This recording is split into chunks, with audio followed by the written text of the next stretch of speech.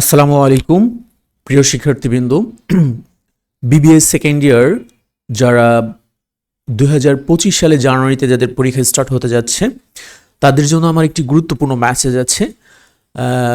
সেটি হচ্ছে তারা যেন অবশ্যই প্রত্যেকটা ম্যাথের সাবজেক্টগুলা খুবই সুন্দর করে পড়ার চেষ্টা করে, আর স্পেশালি কিছু অধ্যায়কে তারা বেছে নিবে যেগুলা থেকে 100% তারা পরীক্ষায় আসলে দিতে পারে।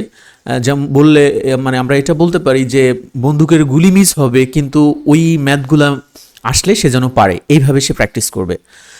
বাট প্রত্যেকটা যতগুলো অধ্যায় আছে সবগুলো অধ্যায় থেকে যেন অবশ্যই করতে হবে, কারণ গতানুগতিকভাবে যেভাবে প্রশ্ন আসতো, যে দেখা যায় কিছু অধ্যায়গুলো আছে কিছু অধ্যায় থেকে করলে কমন পাওয়া যেত, এরকম সিচুয়েশন এবার না হওয়ার সম্ভাবনাটাই খুবই অনেক মানে খুব বেশি আর কি। তো আর আরেকটা কথা হচ্ছে, ট্যাক্স নামে একটা সাবজেক্ট আছে বাংলাদেশ, ট্যাক্সেশন অফ বাংলাদেশ।